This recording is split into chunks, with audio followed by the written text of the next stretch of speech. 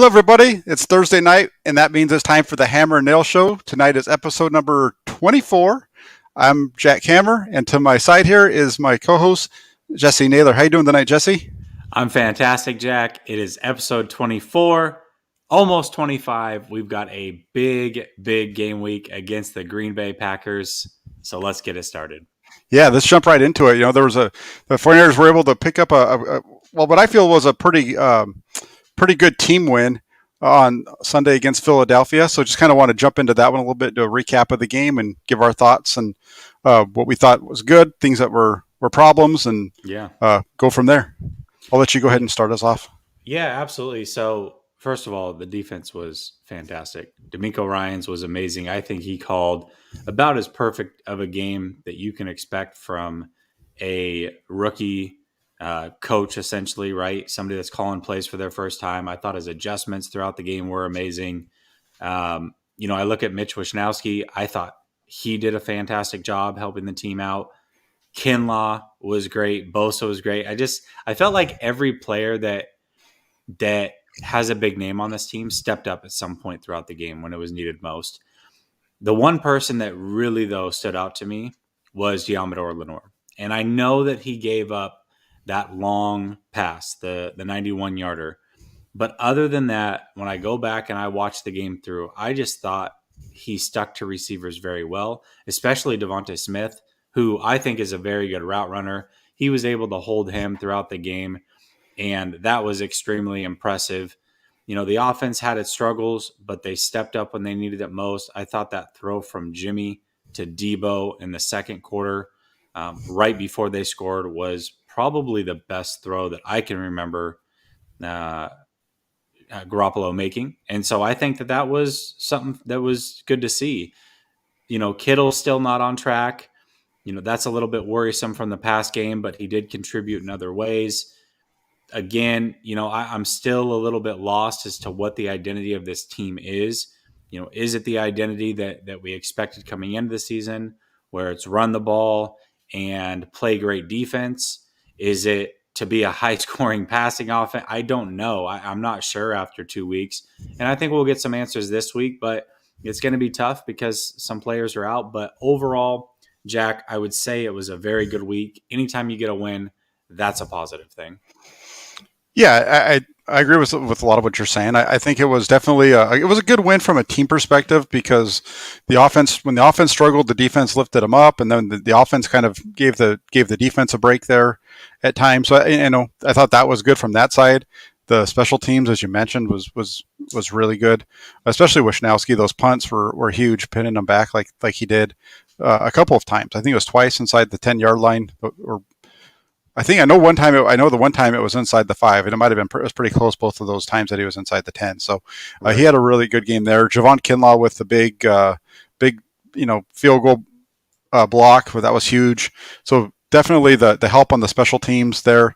And then just the way that, even I like what you said with Lenore, because he did get beat, and they were definitely going after him, and he stepped up and he continued to play and kept coming after it. He didn't let any of the, like for example, the 91-yard pass over the top of his head, he never gave up on that play. He finished that play off, and if he doesn't and him finishing the playoff is part of what ended up resulting in them getting the goal line stand. Because if he doesn't chase that down like he did and continue chasing it down, I don't think that Tart makes that tackle at the end of that. So really good game. I really liked it all around. I know we have a couple of different topics on this, but from the as far as my perspective on it, the first quarter was a little iffy, but I really liked the way that they played throughout the game. You could see right off the bat that the offense was a little out of sync with Garoppolo. You could tell that he wasn't quite feeling it, maybe just the way that he looked, and then they couldn't get the run game going and whatnot. I was a little nervous there, but at the same time, the way that the defense was playing, and they were able to just it was playing out the way that I was expecting from the defensive side of the ball. So I think that's part of what helped keep me not getting overly frustrated. Yeah, I think the biggest thing is that all three phases played very good complementary football.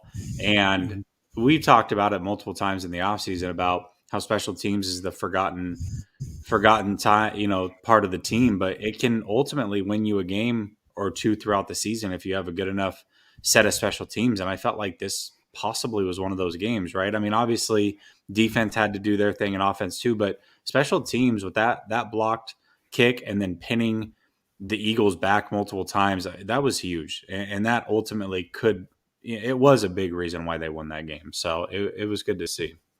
Yeah, no, I did the film breakdown earlier this week with Grant, and I'd mentioned the punt, the first one, and how that kind of played a role in them being able to stop him on that 91-yard touchdown pass. And so I kind of got a chuckle yesterday when Richard Hightower brought it up during his press conference. He mentioned the same thing, but he's like, I didn't even think of it that way. He Adam Peters, who's the VP of player personnel, is the one who mentioned it to him.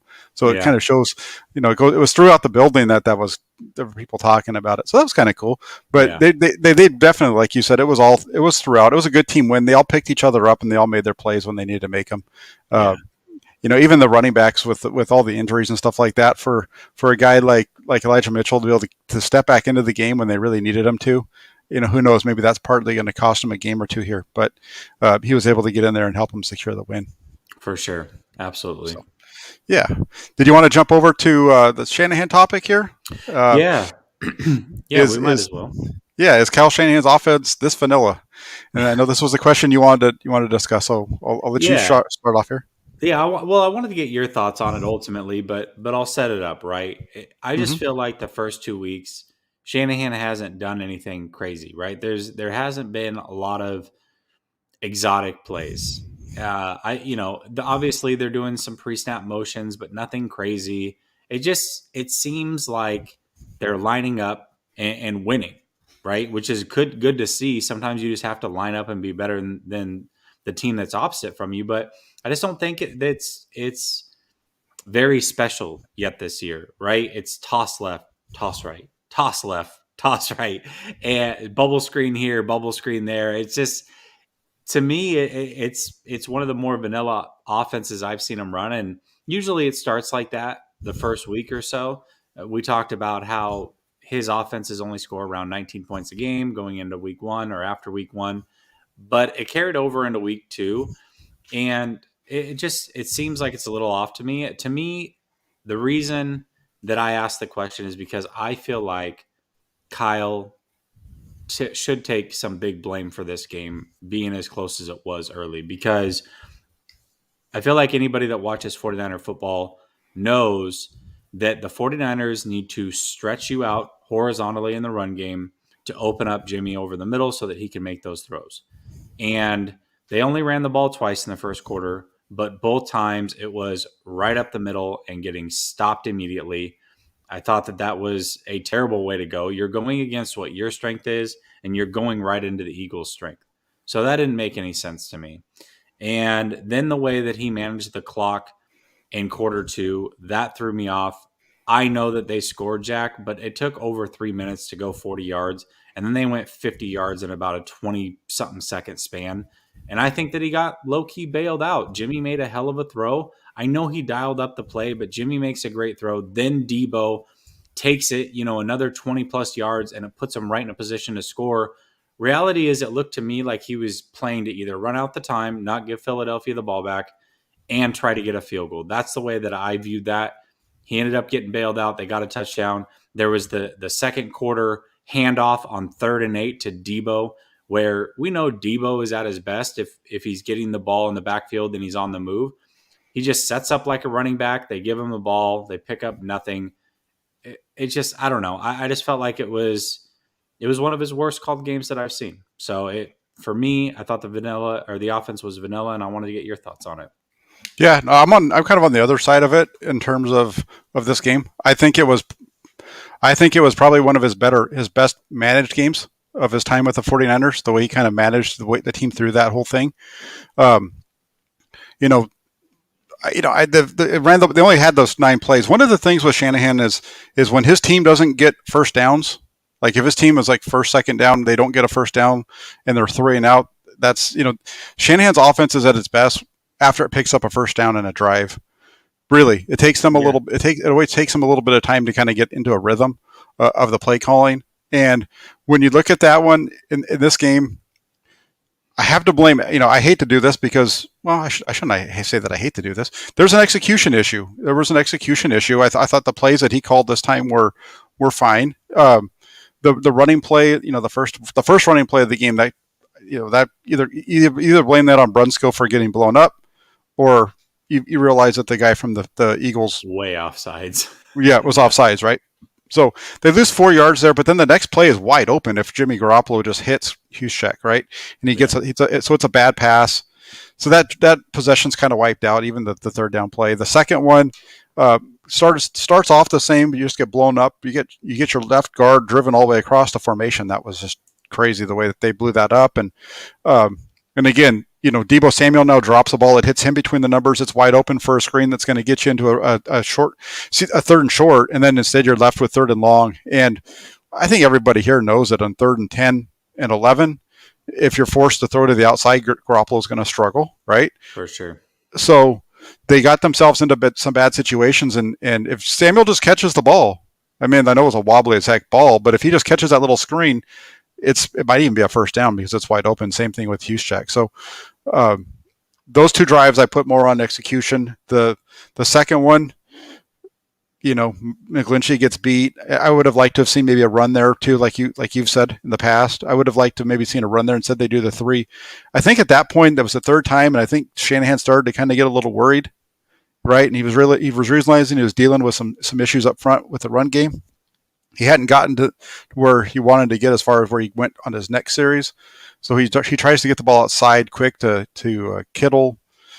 Kittle gets tackled quick and so on. You well know how it played out, but I thought he did a fine job throughout that throughout it. I mean, the second down play, if McGlinchey just blocks and holds his block, it's a first down because I don't think Garoppolo throws the ball when he does. He throws it a little soon. Garoppolo misses a wide open Sinhu on third down too. That's awful.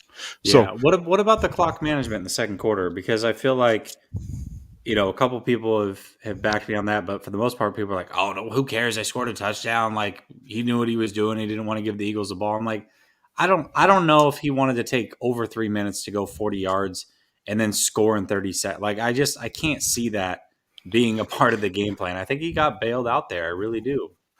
to me, it felt a lot like the Super Bowl at the end of the first half of the Super Bowl. The only difference was at this time they didn't get called for offensive pass interference, right? Right.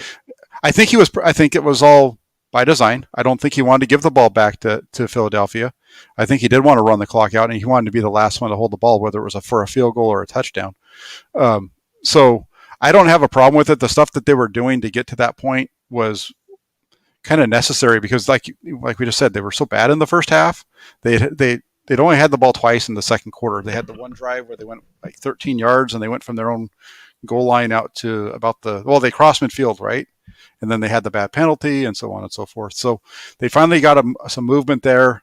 And then I just think that's what they needed to do. They needed to dink and dunk because of the pressure they needed. And some of it was pressure related. Some of it was Garoppolo just taking the checkdowns because the deep guys recovered. It was a little bit of a mixed bag. And I don't have a problem, I guess, with the play calling. It was just he didn't use any of the timeouts, right? He had them at his disposal. And it's like, okay, now we're getting down to under a minute. It's taking you this long to get this far. Is the field goal? Is that what we're going for? We just want to go tied into halftime. Is that like what he was thinking, best case scenario? And then boom, they just happened to hit a big play, and so they were able to score a touchdown. I just feel like, again, he was content being 3-3 like that, and he would have been okay with that. They had three timeouts, right? They had all three timeouts. So yeah, so they were at midfield with, was it 25 seconds to go when that play started? Something like that. Whatever, right around there. Yeah. But 25 plays, you can run that. That's enough time to run 4 plays. You know, and so and from midfield, that shot that they hit the Deebo, they got lucky with the run after the catch portion of it. But let's say he catches it right there and gets tackled, they got a timeout. Now the ball's on the 34-yard line or so, right around that range, and you still have 18, 19 seconds, which is still enough time to run 2 more plays to take 2 more shots at the end zone or get yourself into field goal range. So I didn't really have I thought it was managed fine. I understand. I'm not laughing at you, but I chuckle at this conversation And the reason I say that is it's a oftentimes the clock piece, people get more worried about it, I think, because they're not managing it, right? When you're the one that's managing it, you feel you're more in control of it than we do as fans. And For that's why sure. I'm not laughing at you. I'm not really laughing at anybody. I just know from being on the sidelines a little bit, that process kind of plays out. Um, and without getting into any other stories, I just kind of see it. I felt like he managed the end of the half well. Okay, that's fair. That's I'll leave, fair. I'll leave it at that. I mean, That's fair. yeah, No, I get. Listen, it's okay to no, Obviously, we're not going to agree on everything, and that's fine. You know what I yeah, mean? yeah, I and thought it was and poor clock management. yeah, and no, okay, let me say this. Let me be fair about this. It was poor clock management in the sense if you were trying to score a touchdown. Okay, it was not poor clock management if the goal was to not give Philly the ball back and you're content taking three. I then in that sense it was great clock management from that standpoint.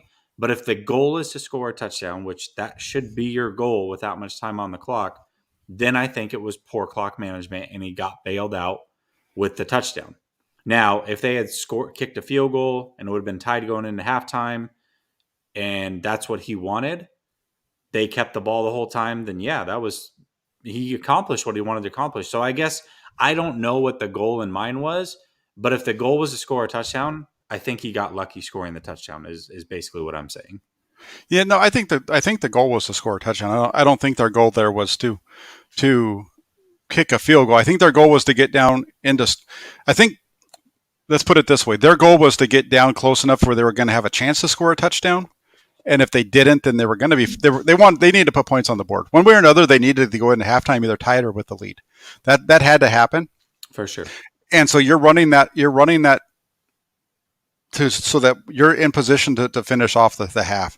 And I think what happened was when you hit the pass and Samuel runs it all the way down to the 11-yard line, that speeds up the whole thing. So then you score on the next play instead of right as the clock expires.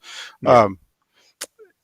I don't feel like they got lucky, so we'll disagree on that piece of it. I felt like he was managing it to have the ball at the end of the half, and I think he did a good job. Okay. We can disagree on the other part of it. That's fair. Okay. And then real quick, as far as the like the vanilla piece of the offense, I don't know if I would say that it's vanilla. They have gotten the ball to Deebo Samuel on a couple of sweeps. In these first couple of games, they did a reverse last week. I think if it had gotten blocked up a little bit better, it's a bigger play than it was. And then against Detroit, they were pretty aggressive and they did some of that stuff there too. So I don't know about the vanilla piece. I think it might have looked that way on Sunday, and part of that was just because they were struggling You couldn't to get rhythm. going. Yeah. Yeah, and you also have a defense that's penetrating, a lot, and that's I think part of it. And you mentioned the outside runs, and I think the part of what you're doing there is they didn't run their normal sweeps, right? They weren't running their outside sweeps, like their wide sweeps. They were basically trying. It was almost like they were trying to run their zone game, but with a toss to get the ball quicker to the edge, and still hitting that same area of the offensive line. Yeah. Like right, and that was a good change up that they did there because it kind of took the defensive tackles out of it because now they couldn't penetrate because the guys were getting around them already. Yeah. No, that was good. It worked. I mean, the other thing you talked about how Kyle's offense needs to get going and needs to get a first down to get going, but it also needs to play from ahead. It can't be 0 yards or losing yards on first down. They need to have something on first down. And once that offense plays ahead a little bit of the chains, then they're good to go. And I just felt like they were playing behind the chains, obviously all first quarter, but I think it was because they were trying to run it up the middle, which is I don't get that portion of it. And I'm not saying that you can't run up the middle. Obviously, you have to mix things in, but to start that out twice against an Eagles defense that like this is their strength. It's like, well, you kind of should have expected that to happen a little bit. Yeah, and who knows? Maybe he kind of did. Who knows? I don't know what's in his head, right? Yeah. And all I can say is that the runs didn't. The first down runs didn't work. But the second down passes should have worked. Yeah. If the first one the quarterback's just got to hit the guy Yeah. in the hands, Yeah. and the second one the guy just has to catch it. You're And right. that. But the biggest issue with the 49ers is their third down. And what I mean by that is if they're in 3rd and 11 or more, it's going to be a little bit of a struggle for them. Yeah.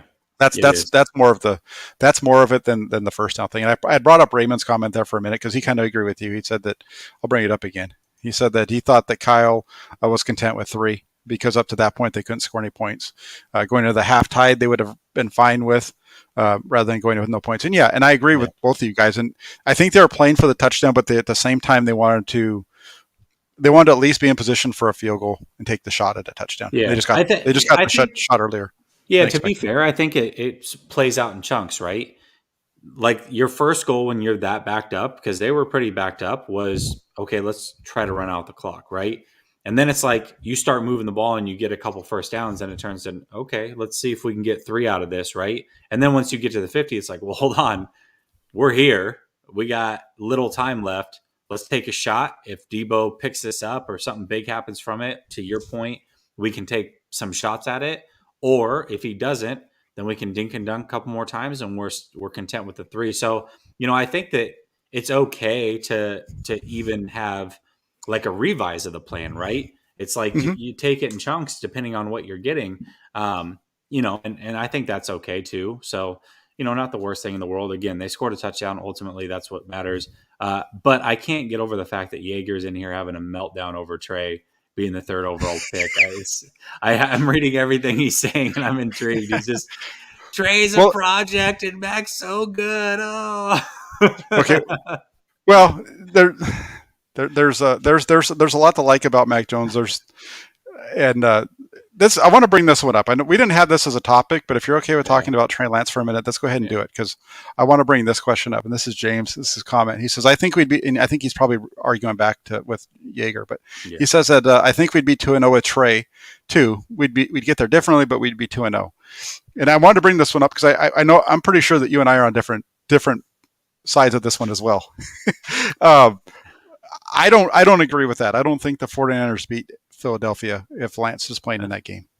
Yeah, I definitely do. I think, because the thing is that I thought that the 49ers were, and I posted this on Twitter, had like 3,500 votes on it, and 95% said, yeah, we expected to be 2-0 at this point. So again, sure.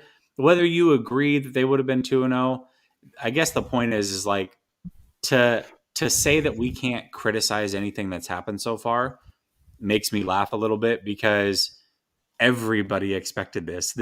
There's nothing that's happened so far that people are like, oh wow, I didn't expect to be 2-0. Like, who would have thought the Lions and the Eagles?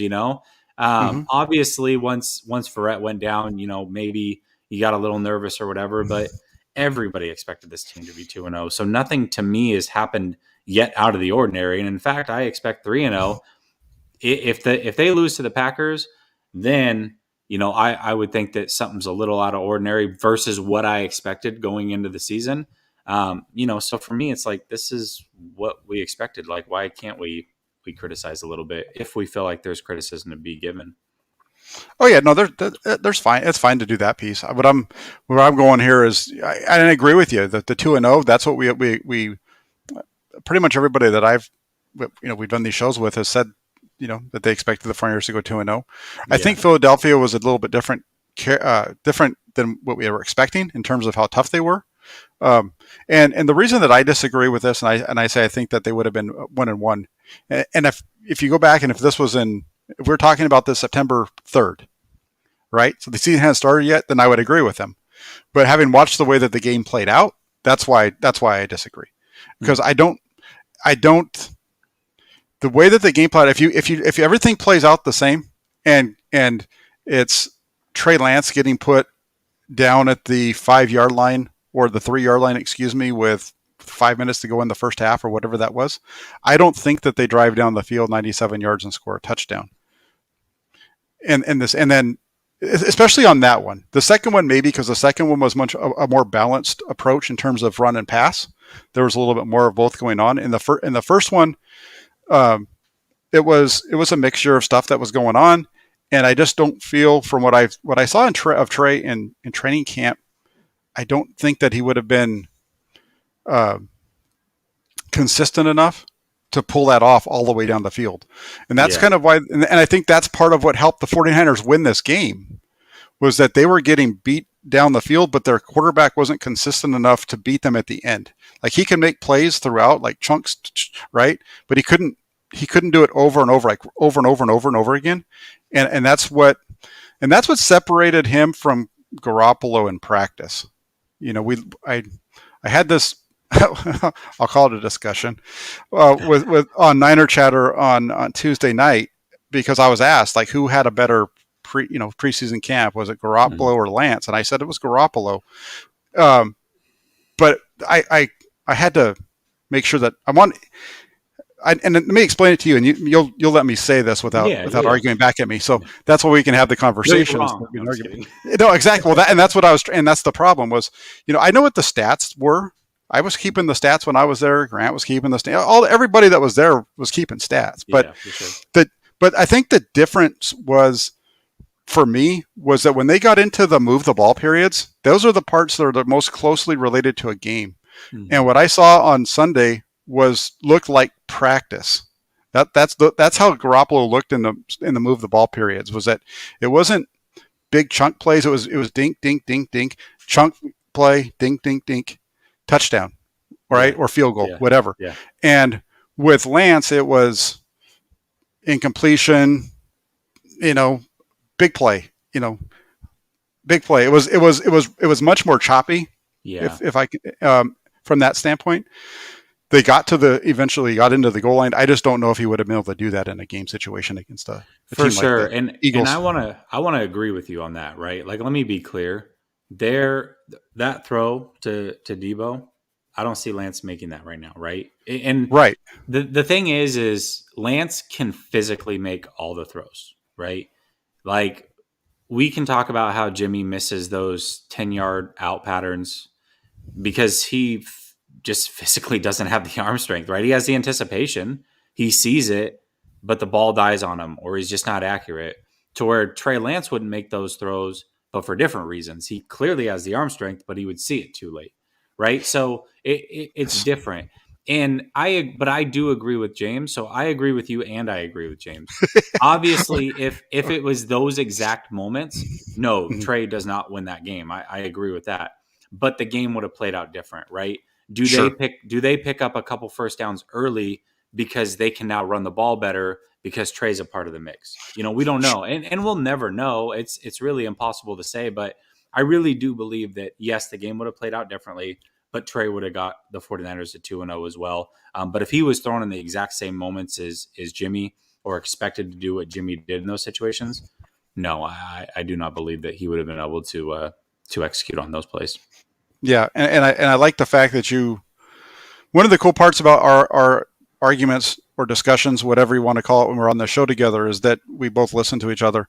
And the point that you made, it was one of the main points that I was trying to get across was Lance can make all of the throws. Lance is, if you want to call it a problem, the reason that Lance isn't the starter right now is because he's not seeing things fast enough. Mm-hmm. To be able to make them consistently, and the hope is that he'll be able to do that at some point this season or next year, right? At the end of the day, too. Okay, yeah. Sorry, go ahead. No, and I was just and like you said, the throw to Debo doesn't happen with Trey Lance because he doesn't throw it with anticipation quite enough. He does it every once in a while, but it's not as often as what we've seen from Jimmy Garoppolo, even in training camp. And what we saw in the game when you watch the film closely. Yeah, I agree with that. And ultimately, Shanahan at this point has decided that, both of these guys have deficiencies, right? Like, mm-hmm. Jimmy can't make all the throws, but the first read he knows what his reads are, and he's decisive, and he knows where to go with the ball. Now, sometimes he just can't make the throw, right? Or he panics after he can't get to that first read. All right, not the best. But then with Trey, it's like, well, I know he can make all the throws physically, but he doesn't necessarily know quick enough where he's going with the ball. And so he's got to figure out, what can I live with and what can I not live with. And I think he's decided at this point that he would rather live with Jimmy's deficiencies than Trey's deficiencies, right? And that's on him. Like, if that's what, I mean, he's the one that's got to call the plays. He's the one that's got to be responsible for it. Mhm. Ultimately, if they don't win, it's his head that's on the chopping block, if this carries on too long. So he's made that decision. I respect that decision. I disagree with the decision, but I respect it. If that's what, I'm not the one that gets in trouble if the 49ers don't win. He is. So Right, right. You're not the one getting fired at the end of the season or next right, year right. if it goes south. No, you're Yeah. right. And then I'm going to bring up. There's a couple of comments. I want to bring up this one from Raymond. Has two of them. I think he started typing and then hit send before he finished his thought. But he says, "We can say what we can say is Jimmy has been up and down, Yep. absolutely, and that's normal for Jimmy. But as long as he's winning as a starter and injury free, they won't move on Lance, because once they move on to Lance, there's no going back. And Yep. that's I think there's a lot of us that have been kind of mentioning that the move to Lance. If you're going to move on to him and use him as more than just a play here and there, you make that move knowing that you're riding and dying with him. Whatever Yep. happens, you're good and bad. You're dealing with that, and that's 100% right. That's a really good comment there. For And sure. then For sure. uh, I don't know how to say that name. Equavista. Ooh, that was Thanks good. for the That was better than what I thanks would have done. thanks for the donation. Says Trey should be used exclusively in the playoffs. I think as the season goes on, we might see more of him by that point of the year. Yeah, I think maybe. the matchups are going to determine it. Like we didn't see him last week. I wasn't surprised that we didn't see Lance in that game just because of the way it was playing out, and the environment was a pretty rough one and all that kind of stuff, right? Um, so I wasn't surprised to not see him, but I think there's a good chance we see him this week because it's a better environment, maybe a little bit less of a sticky situations that they're going to be in with Green Bay. I think the offense can be able to move the ball a little bit better, so I think we're gonna see Lance a little bit more. Yeah, for sure. And Harold, I got to defend Grant on this one. So that may have been where you heard it first, on the Jeff Garcia is the QB coach thing. But I can assure you, anytime I talk to Grant and I'm like, hey, did you hear this interview or did you hear what these people say?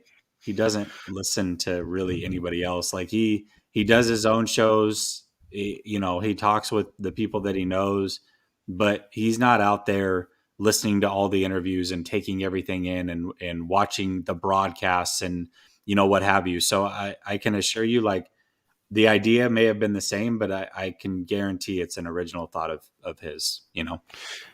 I think so too, because this isn't something that's new. This is something that he was talking about like in 2013, Yeah. 2014. So this Yeah. is, and I don't know when NBC Sports, mentioned that originally, but I know that Grant was on that a lot early on because I remember arguing with him on it, uh, on the back on the Press Democrat blog. But Yeah. I wasn't arguing against him. I was Yeah. arguing with him on that one because I agree too. Yeah. Um, I don't know if Garcia here's the thing. I don't know if Garcia has it in him to be a coach I agree. from the time. I mean, I know he spent a year with he spent a year with St. Louis, didn't get brought back.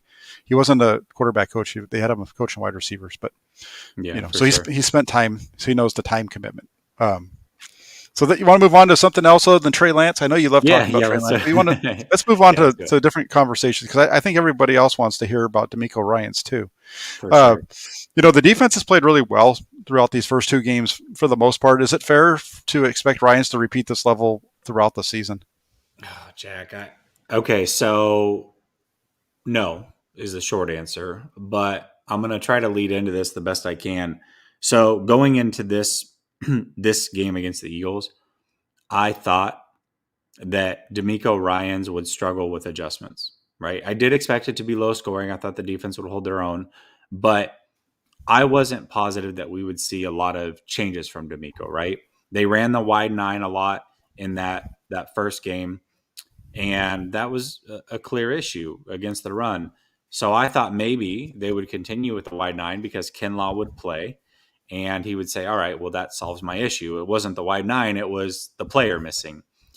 And he didn't do that, right? Like he made that adjustment. And I thought that that was phenomenal. And so, and not only that, but just the adjustments throughout the game. The way that he called those goal line plays after the 91-yard big pass, he clearly didn't panic. And I know that his players made plays, right? Fred Warner made some great plays, and there was just plays made all over the field. But he put his players in great position to make those plays. He trusted them in that scenario. And then to open the third quarter, they get the big sack. And that's because he puts Bosa on the opposite side. Instead of being over the left tackle, he's sitting over the right tackle. And it allowed him to get home. So I just felt like he called a hell of a game. I didn't expect that to happen. I didn't expect it to be so flawless on his part. And I think it's unfair to have the expectation that this first time play caller is going to always have the right adjustments or always have a completely different game plan from week to week. That's something that we saw from Saleh once he matured in the position. And I feel like he's already ahead of Saleh, but he also has a much better player base than what Saleh had to deal with the first couple of years. So, I think there's going to be mistakes, and I just want to make sure that that expectation is set so that if that defense doesn't live up to all of your expectations week in and week out, that they don't kill DeMeco Ryans for it because this is his first year calling plays. Yeah, I agree with you in that I don't think it's fair to expect the defense to do what they've done so far. I mean, last week they only gave up, they gave up 11 points. They gave up 20, was it 25 the week before? Mm-hmm. 33, right? But, when you look at the way the defense is played, they gave up 8 points in garbage time. Really, garbage time on Sunday. They gave up 24 of the points they've given up this year is really after the game's pretty much been decided, and they've pretty well secured the game. So no, he's done very well. There's some things that I'll kind of somewhat disagree with you on, but I think I'm going to leave those for the next topic that we're doing. Yeah, that's fair. Because it goes more along with that. But okay. No, from one of the things that he's done really well is he's done a good job of keeping the opponents out of the end zone down in the scoring situations. They've been really good in sudden change. They were really good in sudden change situations. Once they got in week one, they were pretty darn good on Sunday. Like we talked about. They had the big throw and stuff like that. So they've been really good once they get down into that scoring range. Outside of that, they've struggled, but we can get into that a little bit in the next comment. Sure. The next one is to why. I'm going to bring that up now because I think it really kind of goes along with it. And I posted it as a question. Is there reason to be concerned with the run defense moving forward? And I think then I wanted to jump into this one because I think it kind of goes along with the Ryans question. Yeah, for sure. Why don't you take the lead on this one since it seems like you can tie the two together. Yeah, and so the thing here is this defense didn't fix the run issues that they had in Detroit.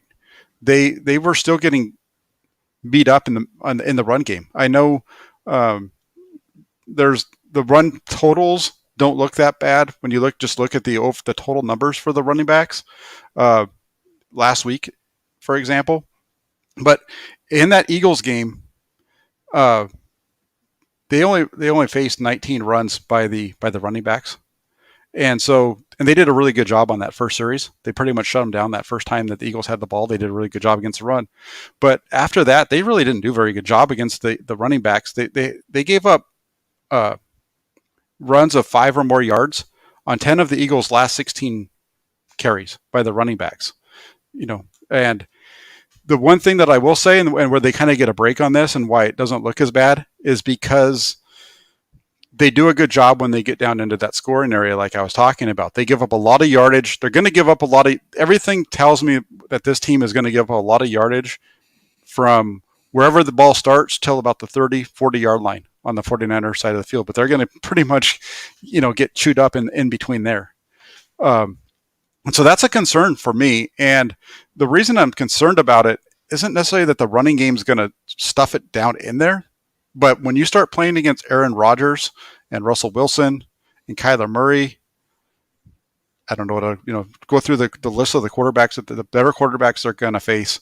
That can become a bigger issue. It hasn't been an issue yet because they haven't faced a quarterback that can make them pay when they get down there. So that's my concern with it. And that's why and overall, they've given up runs of 5+ to running backs on 46% of their carries. Yeah. That's a big number. Yeah, And I that is a big number.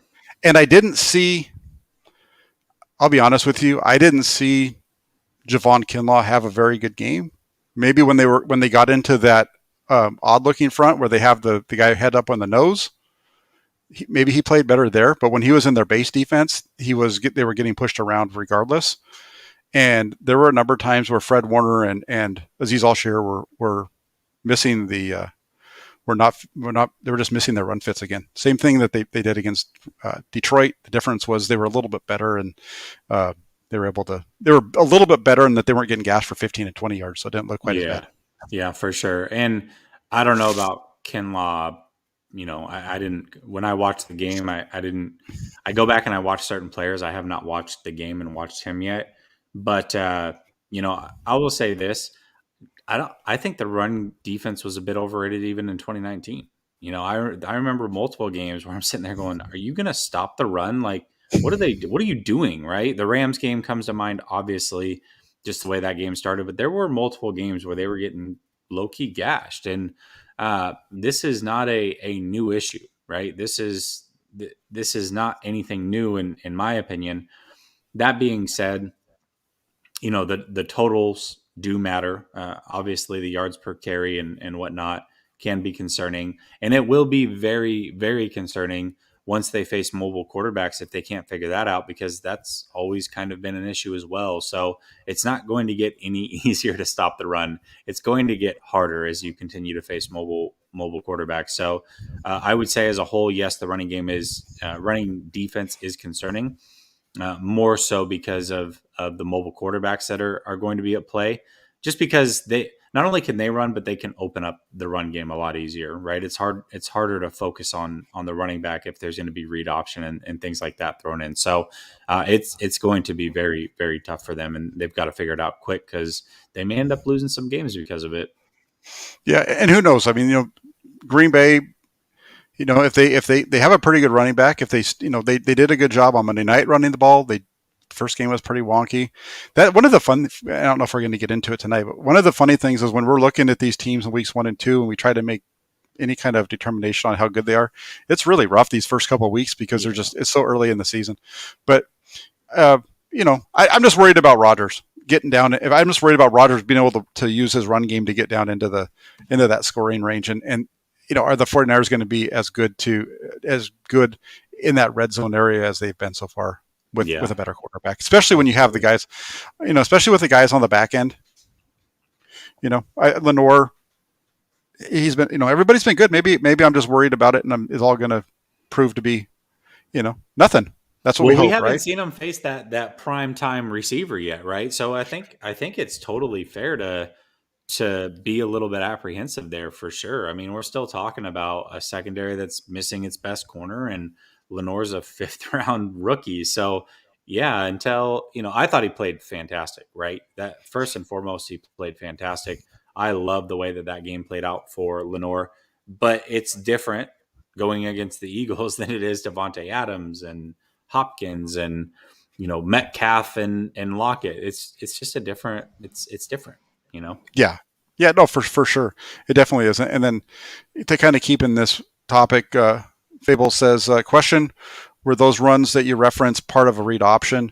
I don't know. Maybe they were. Maybe they're a read option and they're running the give. I know. I'd have to go back and rewatch it. I know some of them were regular plays. Some of them are probably read option or that read option look that even the 49ers give when Garoppolo's in there, right? When they're giving the ball out of the gun. Yeah. And then the one that the one that was really interesting was the option that they ran to the outside where Hurts sticks the ball forward but nobody's there, and then he pulls it back and they run and they get the edge. That was a really that was a cool play design in that there was never there wasn't it was done on purpose, and the reason for that stick was to make the linebacker think the back's coming across, and so he steps forward because that's what frees that play up. If you watch the film breakdown that we did, he Yep. sticks that, and you've seen the film. He sticks the ball out. Warner steps up, and Warner's the guy that's got to get out to the edge, and because he steps up, he gets cut off by it. He doesn't even get blocked, but he gets cut off because of that step forward. So there were some cool things that Philadelphia did, and that's the stuff that we may see down the road when Trey Lance gets into the game. I like Yeah. when they decide that they want to start trying to attack the edge with him instead of doing whatever it was they tried to do in Yeah, week it's one. well. Listen, it's definitely a copycat league, and he's Shanahan's going to see his fair share of other teams doing what he could do with Lance, and he won't hesitate to steal some plays here or there if he needs to, for sure. Oh yeah. Well, they're talking about copycat league, and this is a different. This is necessarily with this, but it was a play that I saw on Twitter today, and it was the Saints and Packers. no, it was Arizona. Okay. Arizona, and they made it. They made it look like they were going to run zone to the left, so everybody's blocking that way. But the guy that's like the tight end, he's off the line of scrimmage on the right side. It looked just like a 49er play in that he starts to step down like like 49ers do sometimes, and he spins around, and then he becomes the lead blocker for Yeah. Kyler Murray. Yeah. So when you talk about it's that stuff that we've seen the 49ers do, and it was a cop. Sure. It was done a little bit different, but it's the concept of the play is something that we've seen the 49ers do in the past. So Yeah. uh, Absolutely. cool stuff, and we're not going to see any read option this week, so that'll be good. The one concern that I do have is with you talked about mobile quarterbacks, and let's stick with that for a second. And we're not talking necessarily about the run here, but we're just talking about mobile quarterbacks. Is I think you said this. They haven't solved that problem. No. No, they definitely have not solved that problem. No, and the problem really, from what I saw on Sunday, is the whatever side D Ford's on. Primarily going to be the left side of the defense, right side of the offense, because he doesn't. And what's happening, or at least what happened on Sunday, was he's not keeping his outside arm free. He's rushing up. He's getting into the man. So when the quarterback starts to go around, he's getting held inside, and he's letting the guy around the outside. I think, by the way, I think DeMeco Ryans agrees with you too, because if you notice the late game adjustment he started to make with D Ford, is D Ford just basically stood up and he Yes. waited for something to happen on his side. He didn't even rush the passer, right? So I think Mm-hmm. that he was realizing it as well and was like, okay, well, you're fast enough to make a play if I need you to, but I can't have you pinning your ears back and going after the quarterback because you're going to lose containment. Yeah. Yeah, they did that. They did that a couple of times, and the long touchdown pass that he threw that would have been a touchdown where he stepped out of bounds. That's what he did on that one because he just Yeah. gotten around in the play before. So that one they did. They had him only kind of take a couple of steps, and really he was like in a zone by himself out there. Mm-hmm. And then the other adjustment that they made was it was in the third quarter, because they were going away from the camera on the L-22. Was they had the guys on the edge. They had Ebicom out on the edge, and that was probably something to do with the formation and they were recognizing. And they had Warner slide out just a little bit further. He was a little bit wider than normal. And what they did was it was the one where Ebicom slants down and they're running the read like the zone read, Yes. Yeah. and it's but he gives it right, Mm-hmm. and Ebicom off the edge is still able to make the tackle. Yeah. And that was a fantastic looking play because it didn't matter what they did there, that the Niners were going to stuff him because he gave it to him and Ebicom runs him down. If Hurts keeps the ball, Warner's going to blow him up. So there was some really good stuff throughout the game with different on the defensive side. It was really good.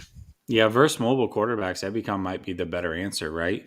Like just the way that he plays, he seems to read things very quickly. Like he gets back there, but he diagnoses what's going on pretty dang quick. And I just feel like Ford gets back there so quickly sometimes, and it just has one track mind. I've got to go after the quarterback, but Ebicom just seems to be a little bit better about diagnosing on the fly. And so maybe that's the move. When you're playing the mobile quarterbacks, he gets a little bit more of the snaps. And when you're playing less mobile quarterbacks, that's when Ford gets it because Ford's definitely going to wreck people and end up in the quarterback's lap an awful lot. So Yeah, well, I would have said like in a game like what we saw Sunday. That's a game that I would have rather have seen Ebicom get more. I Yeah. would have than what we saw Ford get. Yep. Uh, because the difference between the two, Ebicom's not the edge rusher that Ford is. He's not. He doesn't have the speed around the edge. He's not going to beat you there.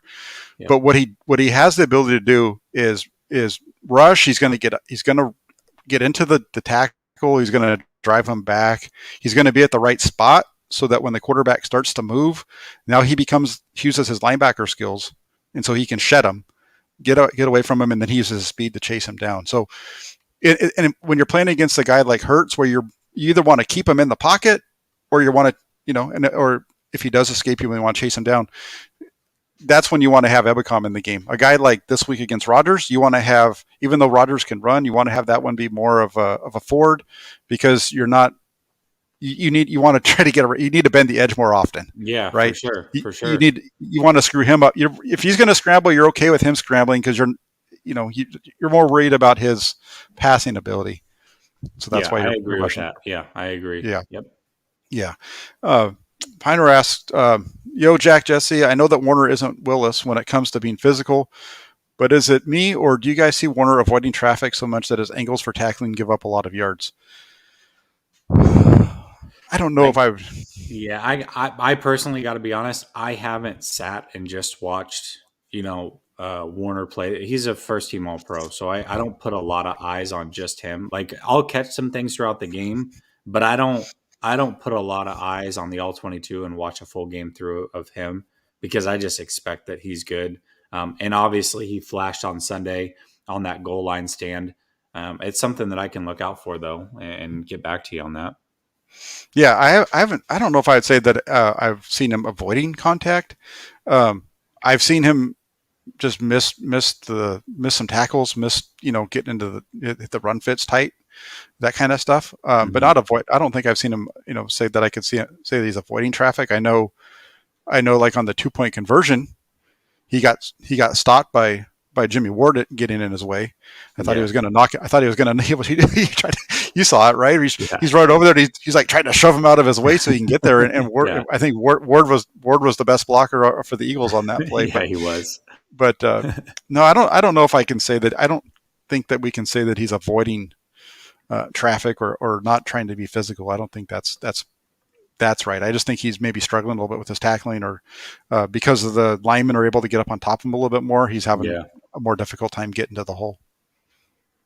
So that's that one there. Are you good on time? Yeah, I'm good. Yeah, I'm good All right, now. cool. Well, what did you want to do? You tell me where we want to go next. Do you think you have time to do the power rankings, or do you want to get into Green Bay? Let's do the power rankings real quick. All right, let's do it. NFC West power ranking. I'm going to let you go first on this one, and then I'll jump in. All right. So I am going to go with the Cardinals first. Um, that was a close game with Minnesota, but that offense just looks my gosh, that offense looks extremely explosive right now. And I don't know if there's many teams that can stop them. In fact, the what I've come to in my mind the last couple of days, and I'm going to keep saying it over and over until somebody else agrees with me, is they are Kansas City West right now. They remind me a lot of Kansas City the way they're built. They have good pass rushers. They have a very good safety. Their secondary from a corner perspective is not the best. They don't really run the ball with a lot of conviction, but their quarterback is extremely dynamic. They have weapons that they can get the ball to, and I feel like they are Kansas City West. And listen, I know that they almost lost the game, but Kansas City just lost to a team that the Raiders beat the week before. So sometimes you give and you take with that style of play, right? You're going to give up a lot of points, but you're banking that you're going to score more. And so they scare me from that standpoint. Number two has to be the Rams. I mean, obviously they're also 2-0. Stafford looks fantastic. That offense looks very good, but they've got a better defense, right? They care more about the defensive side of the ball. They have arguably the two best defensive players in the game on their team. The Rams look really, really good. And I would say the 49ers and Seahawks are a toss up to me. I know that the Seahawks lost. I get it. Their defense doesn't look very good. But do I expect that the 49ers can win that game in week 4? Yeah, I think they can, but I'm not expecting that to be a win. I just think Seattle's offense is very explosive. Russell Wilson's Russell Wilson. But I will for now put the 49ers at 3 and Seattle coming in 4th currently. What are your thoughts on that? And what are your power rankings? No, that's pretty good. You have good reasons for all those. I'm a little different. I would say that my top team in the NFC West right now is the Rams. I just think they're very good when it comes to the quarterback play, and that's really what's kind of putting them over. And they have the best quarterback, I think, in the NFC West now. Stafford's a stud. That's been what's been holding them back for a while now. So I think I put them at number one. I'm going to have at number two. I'm going to stick with the 49ers here. Okay. I'm going to stay with the 49ers at 2. And part of it is the defense. I think they have their defense when if they have Nick Bosa, D Ford, Fred Warner, Jimmy Ward, Jaquaski Tart, that defense is solid. I understand the run thing, and we've talked about that.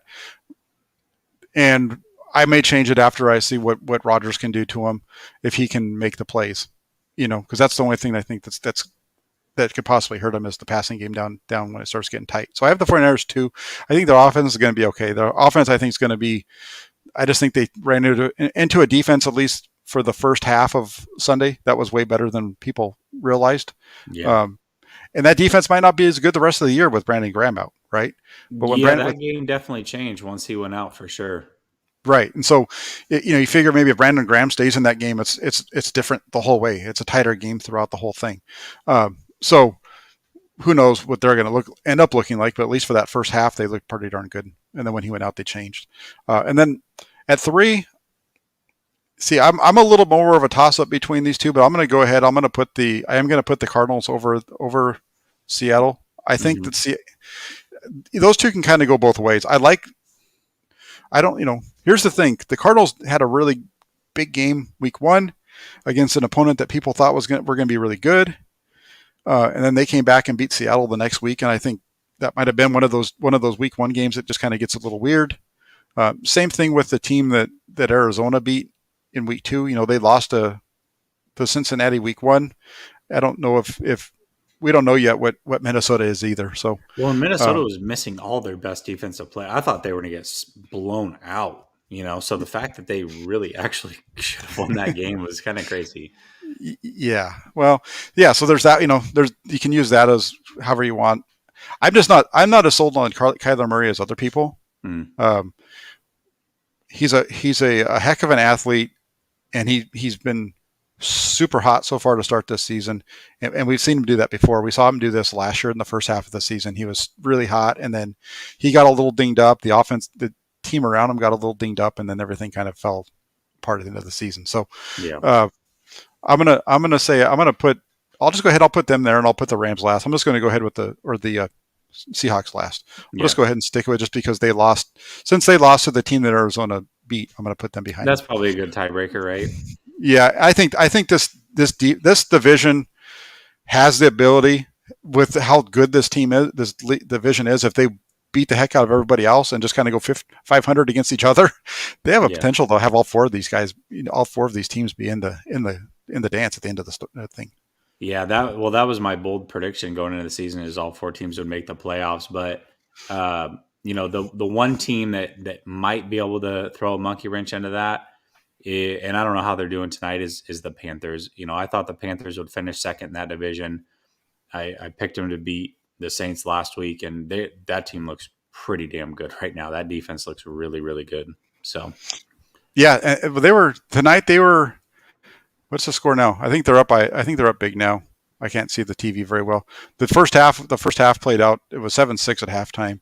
Yeah, but I think they're up by double digits now. McCaffrey got hurt tonight though too. So did he? Yeah, that's gonna okay. Yeah, that could play into Carolina's offense as they move forward.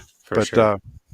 Yeah, so that's our NFC West power ranking. I got Rams, Niners, Cardinals, Seahawks, and Jesse has, say it one more time because I forgot. You had Cardinals first, Cardinals, right? Rams, 49ers, Seahawks. Okay, perfect. We're close. Really, what matters is we'll have Seattle last. That's really all we There we high five. There we go. We did our job. There we go. All right, let's jump into Sunday night. This is going to be a fun one. This is, the first time that we've seen a big time quarterback go up against the 49ers and this season. There's a lot of weirdness though with Green Bay. Let's jump into the preview for Sunday night. What are your thoughts on the game, and where do you want to start? Yeah, with that? for sure. So, Jack, going into the season, I said that the Packers would be the easiest win out of the first 3 weeks. I just felt like they match up horribly with the 49ers, right? If the 49ers are right, they match up horribly. The problem is it sounds like the 49ers are going to be down to Sermon and some practice squad guys. So that's not what you wanted. The Packers traditionally have struggled to stop the run, and the 49ers run the ball very well. So I was bold. I said, listen, the 49ers, if they're fully healthy, are going to rush for 300 yards on these guys and just put it on them. I also think the Packers are a bit of a front runner team. Aaron Rodgers is a front runner, just to be frank. I mean, I feel like if at any point they felt like it was the NFC Championship game early in that game, they would have folded. So I thought that the 49ers would win that game going away, but now things have completely changed. I still think the 49ers are going to win, but for much different reasons. The Packers have shown that they really are struggling to get to the quarterback, and the 49ers have shown that they can protect their quarterback.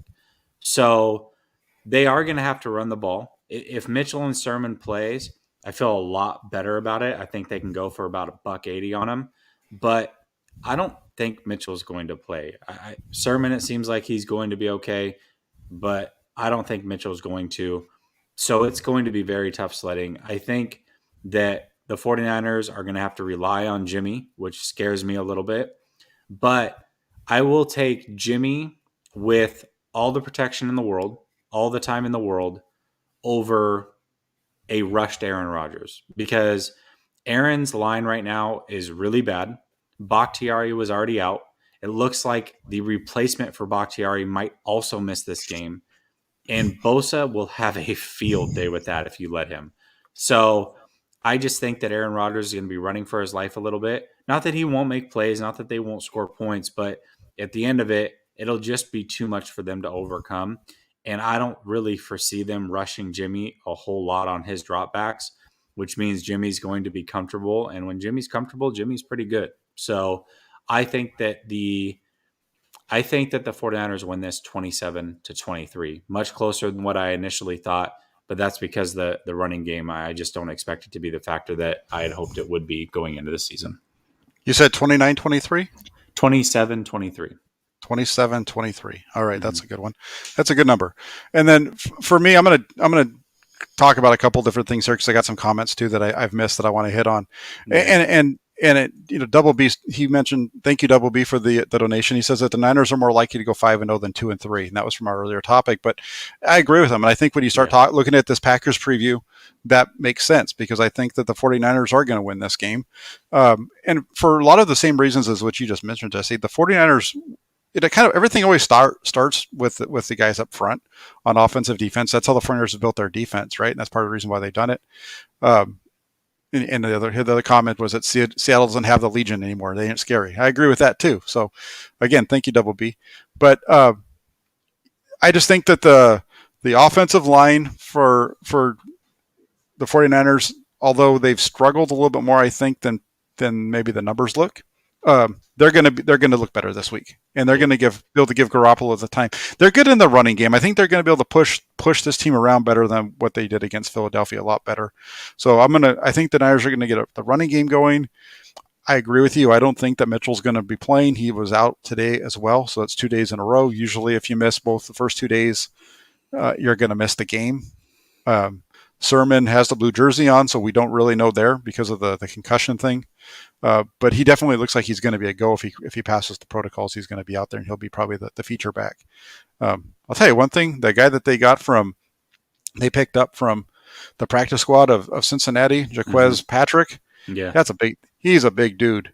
He is big, and didn't get to see him run the ball or anything like that at practice yesterday when I was up there. But just in the little bits of that we did get to see, he definitely has a burst off the line of scrimmage. And I had a few people that are Cincinnati Bengals folks who were saying that the 49ers got a good one there, and that he's going to surprise people.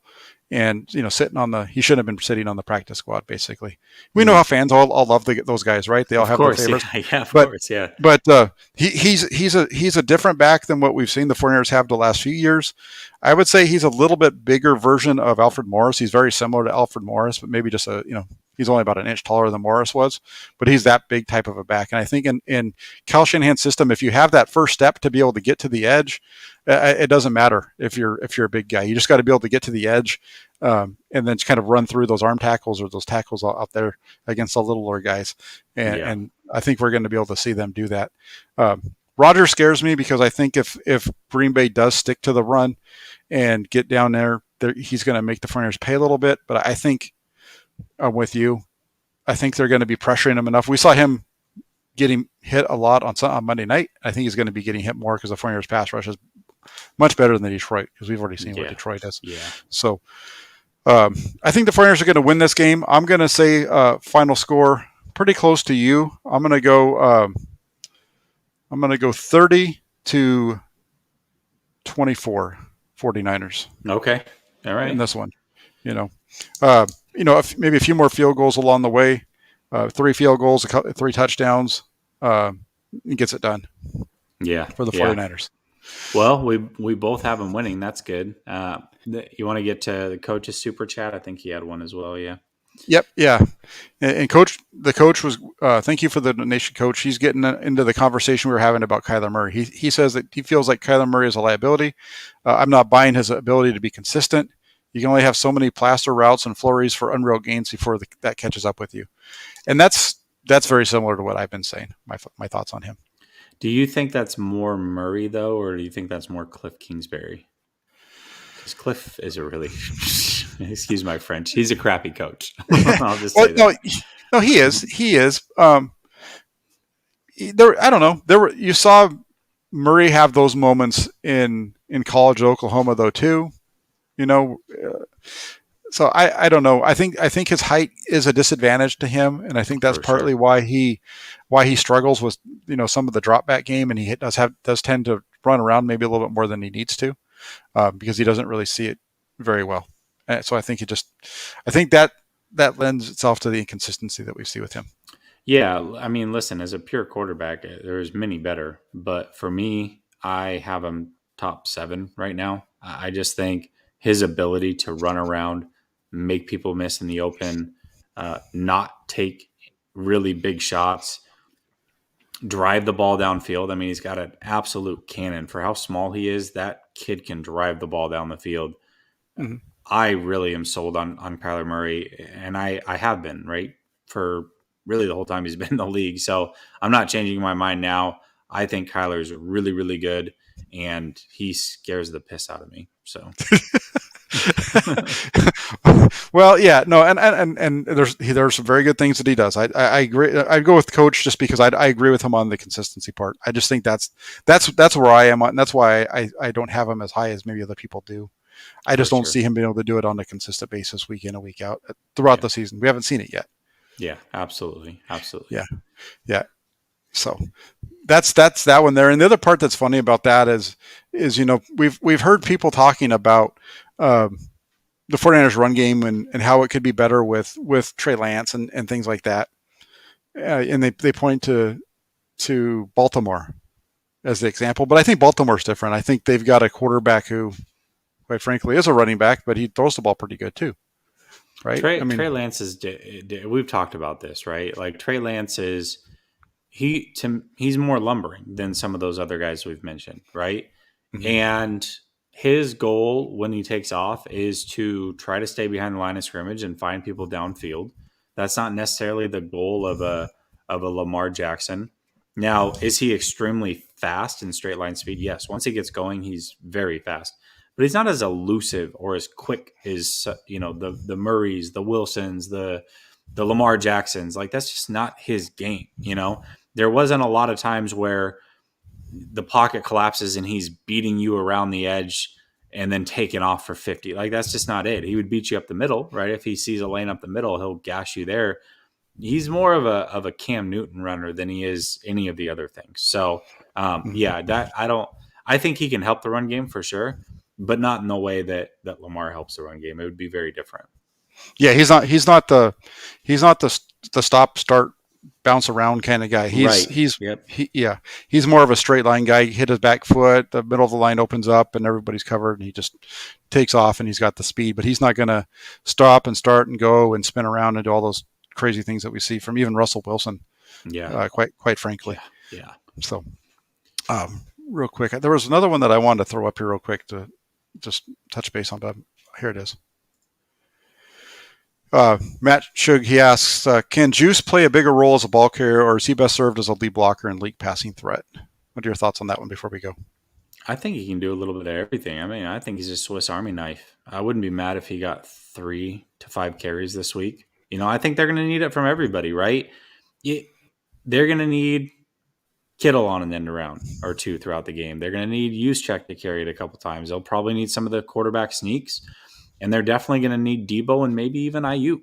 They may even insert Trey for 6 plays and utilize him for a couple. It's going to be a team running effort, right? They're not going to be able to just line up and say we've got 4 really good running backs like I expected they would, and we can throw any one of them at you at any time and gash you. That's not going to be the way that they run this week. It's going to be a team effort. Multiple people are going to have to touch the ball, but I still think they have just enough with Green Bay's weaker run defense to get the job done. Yeah, and I think that the question is a good one because I think Juszczyk is really underused. He's underutilized. Yeah. He played 61 snaps last week. He should have got the ball more than he does. I think I don't see a reason. On special teams. Was he? I didn't see him out there on that much, but I mean, he's a guy who should be getting the ball more often than he does, even if it's as a running back. I know he's a running back, but you know what I mean, where he's actually running the ball because we don't usually see that out of him. He's usually the lead blocker or he's catching a ball at the backfield. But I think he's a guy that he has the athleticism. When they do give him the ball as a running back, he does a good job. They gave him that one down by the goal line last week. He picked up, what was it, 3 yards on that little run. And through the course of his career, we've seen him do that a number of times, and just take a look at it this way. Tom Rathman was a guy who was, if Tom Rathman played in the NFL today, he'd be Kyle Juszczyk, right? Maybe not even Kyle Juszczyk because he's a little bit more of a lumbering back. But during the time that he played, like his maybe his best years, 88, 89, 90, he was carrying the ball on handoffs about 3-4 times a game, sometimes more than that. I mean, he had 100 carries in 88 and 90, and that's a fullback, and and when you go over through his total touches, he was targeted. He had 320 catches throughout the course of his career, and it's crazy the lack of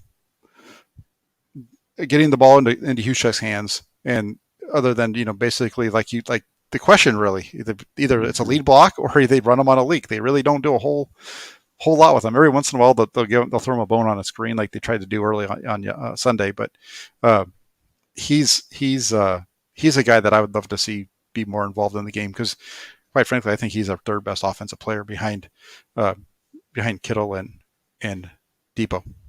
Yeah, that's just it, right? He's a football player. Let's just be clear about that. He's a football player. You can use him and you can line him up in the slot.